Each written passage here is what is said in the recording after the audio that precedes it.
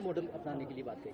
नहीं, देखिए, मैं इस बात के लिए स्वागत करता हूं। सरकार अगर ऐसा सोच रही है, ऐसा कर रही है, अगर तो सोच ही रही है तो मुझे कुछ नहीं कहना। अगर करने की बात है तो स्वागत है।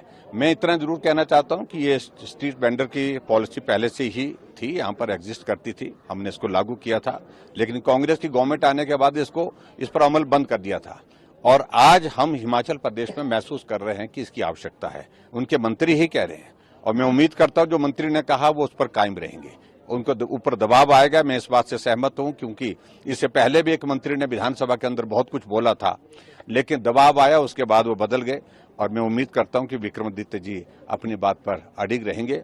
और जो स्ट्रीट वेंडर की जो वेरिफिकेशन और रजिस्ट्रेशन का उन्होंने जिक्र किया है, इस कदम का हम स्वागत करते हैं। ये हम कर ही रहे थे, पहले से कर रहे थे, लेकिन अब लागू करने की दृष्टि से वो और आगे बढ़ने की बात कह रहे हैं कि यूपी की तर्ज पर, योगी जी की तर्ज पर जो है इसको लागू करने की बात कही है, तो हम स्वागत करते हैं।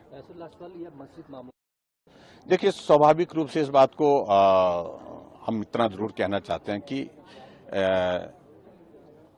जो घटना घटित हुई है उसको हैंडल करना स्टेट गवर्नमेंट का दायित्व था, नहीं कर पाई।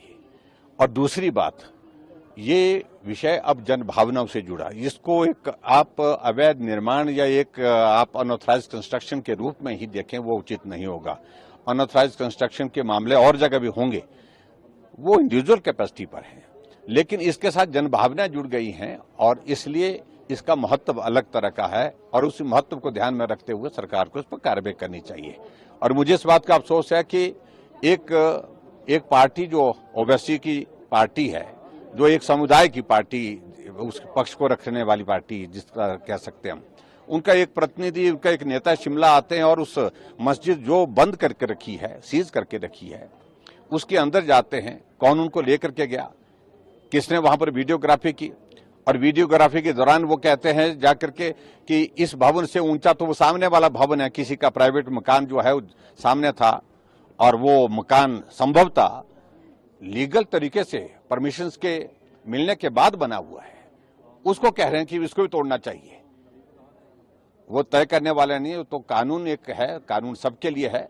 हम सिर्फ इतना कहना चाह रहे हैं कि जिस तरह का बयान उन्होंने दिया उससे सौहार्द जो है और भी ज्यादा खराब हुआ है, और हम यही कह रहे हैं कि इस तरह की बयानबाजी से उनको बचना चाहिए। और जो लोग उनको लेकर के आए, वहां पर पहुंचाया, उनके खिलाफ भी कार्रवाई होनी चाहिए। और उनके खिलाफ FIR दर्ज हुई है, लेकिन इतना ही नहीं, उसमें मुझे लगता है कि कार्रवाई की दिशा में आगे बढ़ना चाहिए। चलो, सद्भावना करने की बात तो उसमें हम कुछ नहीं कहना चाह रहे हैं, लेकिन जिस तरह का ज्ञान बांट रहे हैं, मैं खासतौर से उस विचारधारा की बात कर रहा हूं, कम्युनिस्ट विचारधारा की। और मुझे इस बात का अफसोस है कि उनके जो डिप्टी मेयर रहे हैं, कल वो प्रेस कॉन्फ्रेंस को संबोधित करते हुए कि हमने यहाँ पर जो मंदिर भी जो अवैध बने हैं उनके लिए भी पानी के कनेक्शन दिए हैं, तो बहुत बड़ा इस तरह का काम नहीं किया उनने। तो मैं सिर्फ इतना ही कहना चाह रहा हूं, वो क्या साबित करना चाह रहे हैं, क्या बात करना चाह रहे हैं वो, और किस तरह से सारी मामले को जस्टिफाई करने की कोशिश कर रहे हैं। गलत है तो गलत उनको कहना चाहिए। मैं सिर्फ इतना ही कहना चाह रहा हूं, सद्भावना यात्रा करें और जो भी करना है, लेकिन लोकतांत्रिक मूल्य के मैं सम्मान करता हूं, उसमें मैं कुछ नहीं कहना चाहता, लेकिन फिर भी उसके बावजूद जो गलत है उसको गलत बोलना सीखिए। और वक्त आ रहा है और उस वक्त को पहचानने की आवश्यकता है, और इस बात का उनको एहसास नहीं है। अभी तो ये अलग हालात में हम हिमाचल प्रदेश में रहते हैं, लेकिन बाकी जगह के बहुत जगह के हालात किस प्रकार के बन चुके हैं, उन लोगों से पूछना चाहिए। नमस्कार, मैं हूं मानक गुप्ता। अगर आपको हमारा ये वीडियो पसंद आया हो तो इसे लाइक और शेयर जरूर करें, और हां, हमें सब्सक्राइब और फॉलो करना ना भूलें, ताकि आप देश और दुनिया की कोई खबर मिस ना करें। तो जुड़े रहिए हमारे साथ और देखते रहिए न्यूज़ 24।